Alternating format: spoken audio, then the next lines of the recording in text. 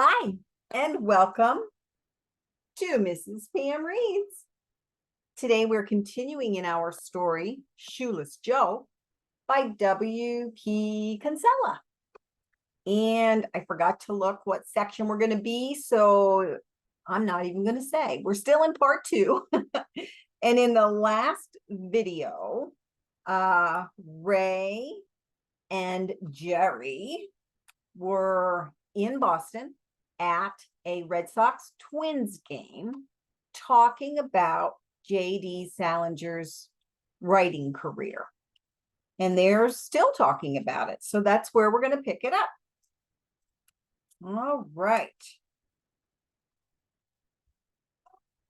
A number of people turn their heads because they're getting heated in their discussion.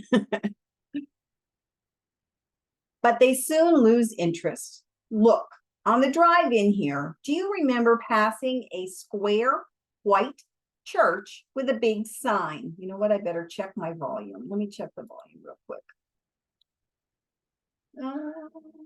There we go. Okay. A big white church that said, Sign of the Evangelical Covenant. We commented on the size of the sign, remember? I remember. I know absolutely nothing about that church, but in half a day, I could do enough research to do an article that would make the members of that church weep with pride. And everyone who read the article would assume that I was a dyed-in-the-wool, lifelong, devout member of that church. And that is as it should be. Writing fiction is the same, only instead of culling facts from reference books at a library and putting some life and love into them, I create everything out of my imagination. And he taps his forehead. You're too good at it, I say. No one will ever believe you, including me. You should know about imagination, he says. You imagine you own a baseball field where strange and wonderful things happen. You imagine you heard a voice that told you to come here. Suppose you wrote all that down and people believed you and started snooping around your farm looking for the real field. But why quit publishing altogether? I persist. You should be entitled to as much privacy as you desire, but why deprive all the people who love you of hearing your voice on the page? Because people take me seriously. It interferes with my privacy. Can't you see that? They swarm up the mountain like monkeys or commandos, peer in my windows, slip notes under the doors, carry off anything portable as souvenirs, lay in wait like you did. I've had to call the police many times, but I have to admit, none of them has ever done anything as crazy as you did. All this, and I haven't published a book in 15 years. What would it be like if I suddenly released a new series or stories or a novel? I sighed. He is making good sense. You're out of soda, I say. I'll go and get some more. Not so fast. I'm half standing. Why? You figure on sneaking away just when I'm getting in some good licks. What we've been talking about, whether you know it or not, is sharing. I suppose it is. You're putting all this pressure on me, but how much sharing are you willing to do? Be honest. If you've got what you say you have out there in Iowa, then it shouldn't be hidden. You're making thousands of people unhappy. It's like hoarding the secret of eternal life. But I would be willing to share, only who would set the criteria? Who would come? Your board of directors would work that out. Picture it. At dawn every day, there would be private planes leaving New York, Washington, D.C., Los Angeles and Miami. Cedar Rapids Airport would have to build new runways to handle the traffic. Of course, it would all be very secretive. The pilots wearing dark glasses, fake mustaches, military uniforms, baseball uniforms. Too crass. The operation would have class, panache. No one who earns less than $100,000 a year knows what panache means. Frosted windows on the planes, the passengers would be herded to buses, blindfolded like political prisoners, driven to the farm by a circuitous route. The blindfolds would be taken off only after they were seated in your bleachers. Perhaps I'll give a short welcoming speech before the game begins, I say, trying to get into the spirit of the moment. The whole idea is quite frightening. You? Oh, you won't be there. You'll be lucky to be home once every 3 months for a day or so. You'll be off doing the talk show circuit and interviews with Playboy and Cosmopolitan. And the Los Angeles Times will pay Jim Murray's way to your stadium, and he'll write a column about being there. And there will be 200,000 new people beating at the doors of travel agencies all across America. You'll be busy setting up trust funds. Someone will ghost a book for you, and you'll have to hire a bodyguard for your wife and child. The governor of Iowa will declare you to be a national resource, and your park will be open every day of the year except Christmas, just like Cooperstown. In the winter, you'll sell hot apple juice and cinnamon and postcards and little plaster statues of Shoeless Joe Jackson with a halo over his head. You wouldn't mind that at all, would you? Of course I would, I squeak. I never let things get out of hand like that. You wouldn't have any choice. Don't you ever watch the late movies? A scientist makes a wonderful discovery, but it grows and grows until it destroys him. I've never looked at it quite that way. A bodyguard? Really? Now perhaps you see why I don't publish. Touché. It is the Boston 7th.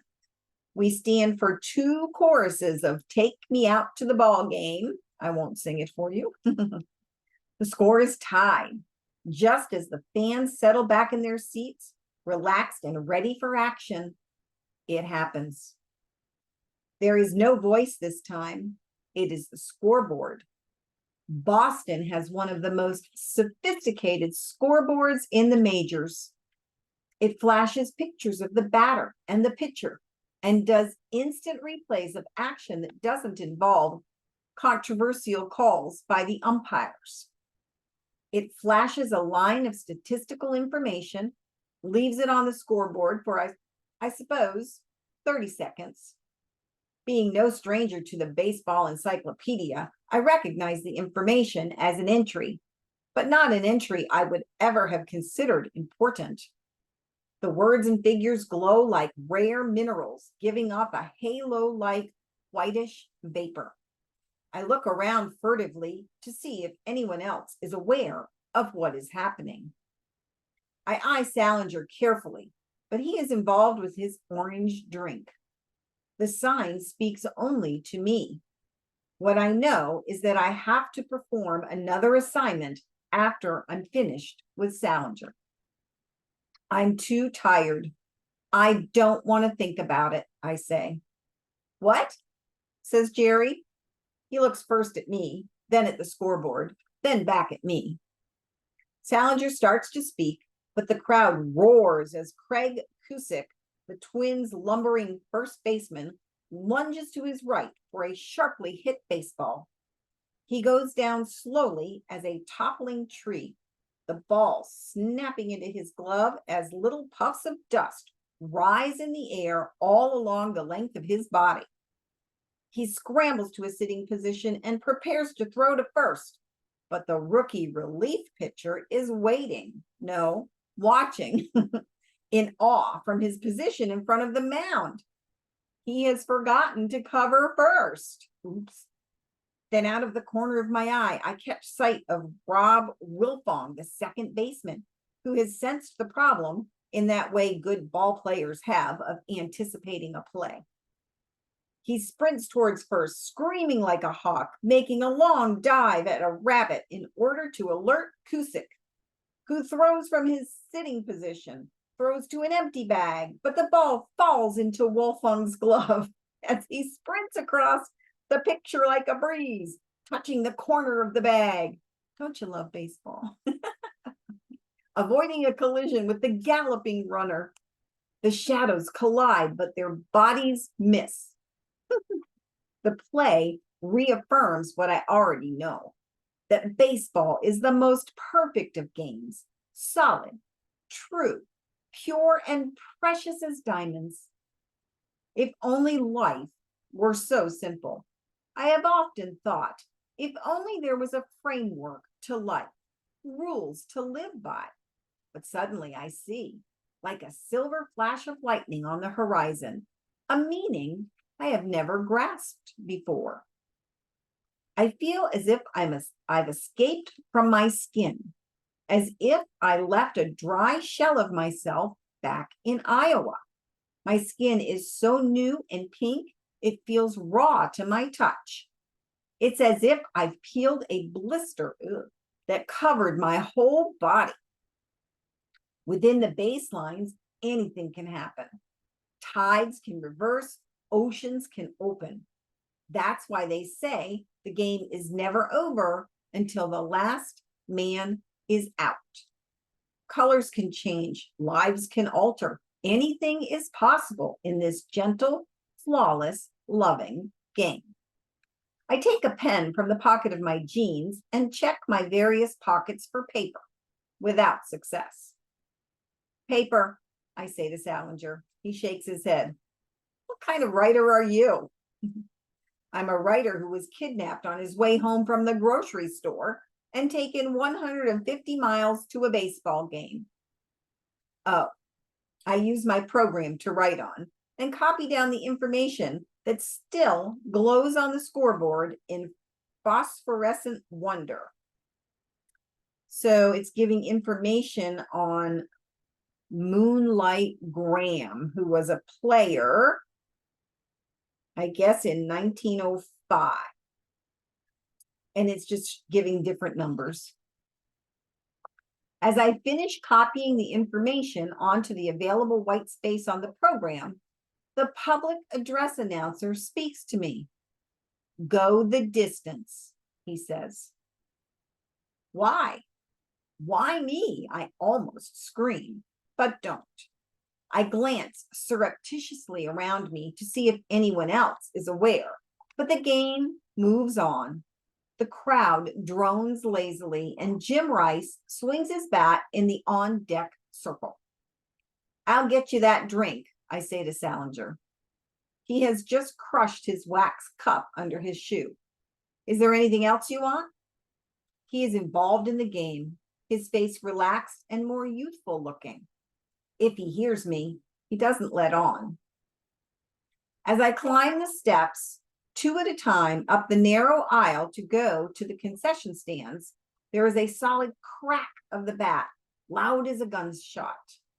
I turn my head and, looking over my shoulder, see Jim Rice cross first base.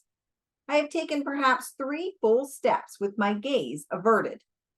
As I once more face upward, I walk directly into a sharp steel girder that stands like a galvanized sword in the middle of the aisle. Although I am stunned, I try to pretend that nothing unusual has happened. In that way, people behave after they've tripped on a curb or stepped into an unseen hollow. I hold my hand to the left side of my forehead and climb on for 3 or 4 more steps before I feel my stomach drop slowly and my arms become 100-pound weights, dragging me into a sitting position. Are you all right? A man says to me. He looks as if he's staring at me from under sunlit water. I try to answer, but my mouth won't open. I take my left hand away from my forehead and find it dripping scarlet, warm, and sticky as honey. I wipe it on my shirt front. By this time, there are two ushers bending over me. We'll take you to the first aid room, one of them says, and takes a hold of my elbow. My legs are soft as butter in sunshine. They finally manage to drag me to the top of the stairs. Is he drunk? I hear from the bottom of the bucket say. I pull my ticket stub from my shirt pocket with a bloody hand. Taking a deep breath, I say, the man in the goose down vest is with me. Tell him to bring my program. Then I slip down into a world soft as the lining of Salinger's jacket. Salinger insists on driving back. He holds my arms solicitously as we make our way slowly from the park to my car. I have 4 stitches in my left eyebrow, and my shirt looks as if it's been worn by the loser in a dandy barroom brawl. Who won the game? I asked. I don't know. It was long over by the time you came around. For being such a baseball fan, you pick a strange time to take naps. The game was tied when the usher came and got me. You didn't have to stay, you know. How the hell was I going to get back home? I can just see myself sitting all night in the bus depot with the winos and shopping bag ladies waiting for a bus to Windsor, Vermont. My head throbs dully. The headlights make 2 grapefruit-colored tunnels on the road, and dark shrouds of trees rush by on either side. I lean my head against the window and look up, noticing a few lamb-like clouds in a chrome blue sky. The moon is full. I'm not entirely clear why you chose me, Salinger says. How did you interpret the cryptic message you received to mean me? Was it just because a voice told you to? Yes, and I saw you and me at a baseball game. A vision. He is silent for a mile or so. But why did you obey it? You don't seem like the type who always does what he's told. Just from spending this day with you, I can tell you have a healthy contempt for authority, big business, academia, religion, all the forces that control our lives. You have all the prerequisites for being a rebel, yet you hop to when an unknown voice delivers an ambiguous message. There were a lot of reasons. Baseball, for one. As you can tell, I love the game. And I admired you as an author and a person. I've always wanted to follow Hold'em's dictum in The Catcher and the Rye and pick up the telephone and call you, which is why I've had an unlisted number for 25 years. But it was the interview that decided it. Don't you remember? I look at him genuinely surprised. Perhaps he is not as astute as I imagined. Remember what? Interview. I didn't see it in whatever magazine it was in originally, but the newspapers picked it up. It ran in the Des Moines Register. Even the Iowa City Press Citizen picked it up. Salinger continues to eye me suspiciously, watching me instead of the road as we round a gentle curve. So I babble on, and we're going to stop there. We can babble on in the next video. All right, you guys. Whoops. Let me put my little place marker in here or we'll never find our spot. All right, it's been a while. Ooh, legs. Oh, it's been a while since I've mentioned subscribing to the channel. So I do want to say, ta-da! It would be great if you'd subscribe to the channel. And when you do, there's a little bell tab that you can push. And if you push that button, then you'll get an update every time a new video posts. All right, you guys, thank you for joining me. I hope that you have a wonderful day, and I will see you next time. Bye.